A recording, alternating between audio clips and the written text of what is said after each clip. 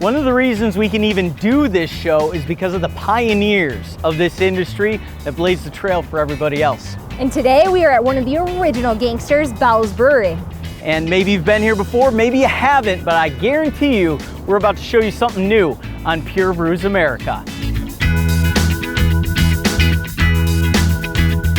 Not only is Bell's one of the oldest breweries east of Colorado, they are the top producing microbrewery in the state of Michigan. In fact, they were ranked the number 7 craft brewer in the country last year by the Brewers Association. I used to come here once a week when I was working. Now that I'm retired, I have a lot more time.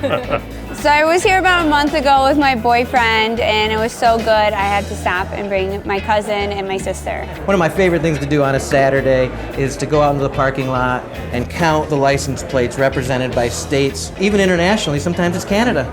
Obviously, Bell's is the first place that I go to. Why? They have a great beer garden. They have the best beer. I just like the fact that they have consistently multiple different types of beers on tap. It's fantastic beer. It's world-class beer. Some of the best beer in the country, if not the world. It's so good, yeah. Obviously the beers are great, so I enjoyed myself. Because I go to a lot of different breweries and it is definitely number one.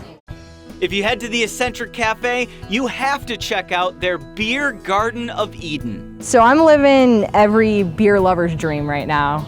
We're about to knock out some of the best beers in the world with Laura Bell herself. So this is Bell's Amber Ale. It is, we say it's the beer that built the brewery. So, back in the mid-'80s, late 80s, it was a chore trying to convince people that amber ale was something that they wanted to drink because it was dark and it was bitter and a little bit scary. And now we know ambers to be such a great style. Our amber ale in particular is very, very balanced.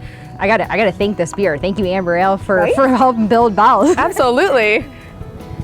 Okay, we've got the one, the only, Two Hearted.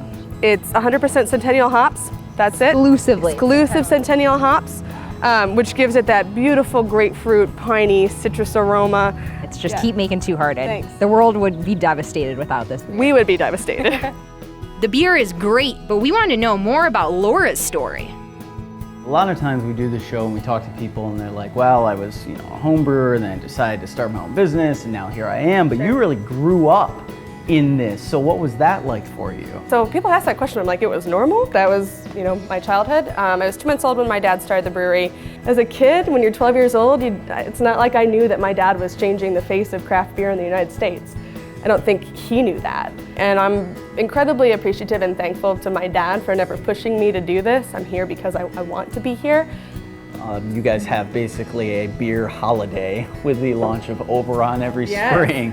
Tell us how it got to that point, because there's a lot of people that are like, all right, days off, I'm celebrating this Michigan winter being over and it's Oberon Day. If I could tell you how it happened, I would have already written a book and probably made millions of dollars, because I can't. We decided to make a summer seasonal, which is not uncommon in breweries. Our customers took it and ran with it. Their level of, again, enthusiasm and excitement for this brand was what drove us to say, we'll throw a midnight party because you guys are already waiting outside, for it, or we'll open up at 9 because you're already, you're excited about it and we want to support that. I don't know many other products, and not just Bell's, but craft beer in general, that people are so intensely passionate about and how much they integrate it into their lives as something that's a meaningful part of everything else around them, I guess. Awesome. Well, we can see the passion here for sure. Cheers. Cheers. From the pub to the production facility. And if you want to talk about massive, Bell's might need their own zip code soon. But all that beer goes through a very careful process. Being such a large facility, quality is going to be absolutely key for you guys. Can you tell me a little bit about your labs, your quality control team, and how you guys maintain, the freshness of the beer and just making consistent beers? Sure. I usually taste every beer that we make in this facility 4 or 5 times before it leaves the door, along with with a large group of core tasters. Every beer is tested multiple times for microstability. We run analytics on everything as well. Our goal is to maintain the character and the quality of the beer. Beer and science. You gotta have both to be a rock star like Bell's. I wanted to find out more, plus they said I could light something on fire. How many fermenters are here? Right now we're in D cellar, so it's just one little section of the brewery, but there are quite a few 520 barrel fermentation tanks. They go up a couple stories here.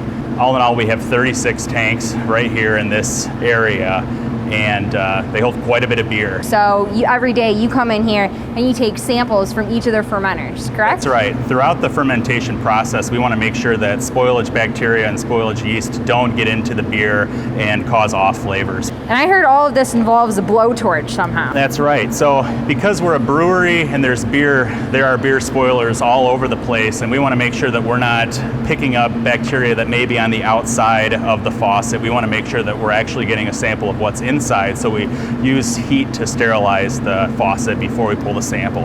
And then we'll take it to the lab for testing.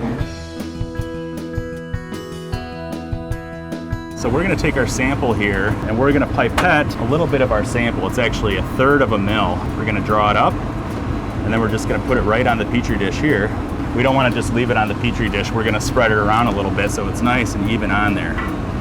If we have any wild yeast, they'll be able to grow on this agar.